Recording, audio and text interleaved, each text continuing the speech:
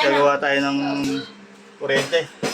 Kaya pala may problema pala dito. May ano, dikit-dikit yung mga wire. Yan. Ayusin natin, babaklasin natin. Kasi malakas sa kuryente. Ayan po, para maayos na yung kuryente dito sa ano, sa bahay. Santo Niño. Yan, ayusin natin. Medyo tumataas daw yung bill. Malalaman natin para ano mangyayari. Yan, update ko po kayo guys pag tapos na.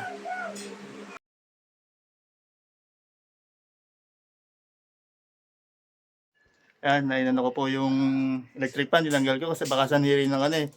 Kuryente, lumalakas, kaya yan sir. Magkano binabayaran mo siya sa kuryente? 9,000. O tama, 9,000, kaya Grabe. gagawa namin ng paraan. Parang commercial nga eh. Parang maraming ano, parang baga, ilang bahay na nakatira dapat doon. Oo. Diyan. Kaya nga. Ayan, yung ginagawa natin paraan para ano. Pero pagka hindi pa rin nasolusyonan, second choice ulit. Meron naman eh. Ayan, aabangan natin yan. Ito, tinanggalan namin yung electric fan na ano, sa taas. Ayan, parang chandelier siya. Tapos yung silid niya sa kwarto, tinanggal, inano ko na rin, binaklas ko na rin.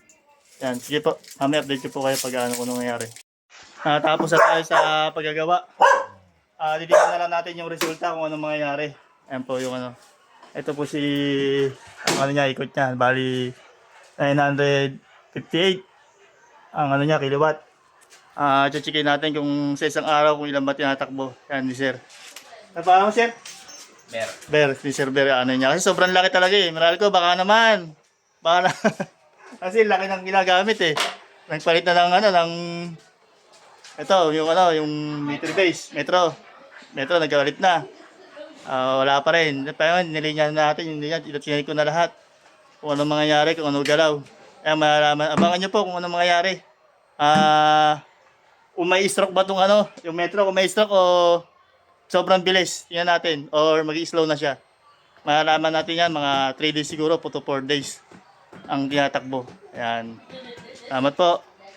Babu.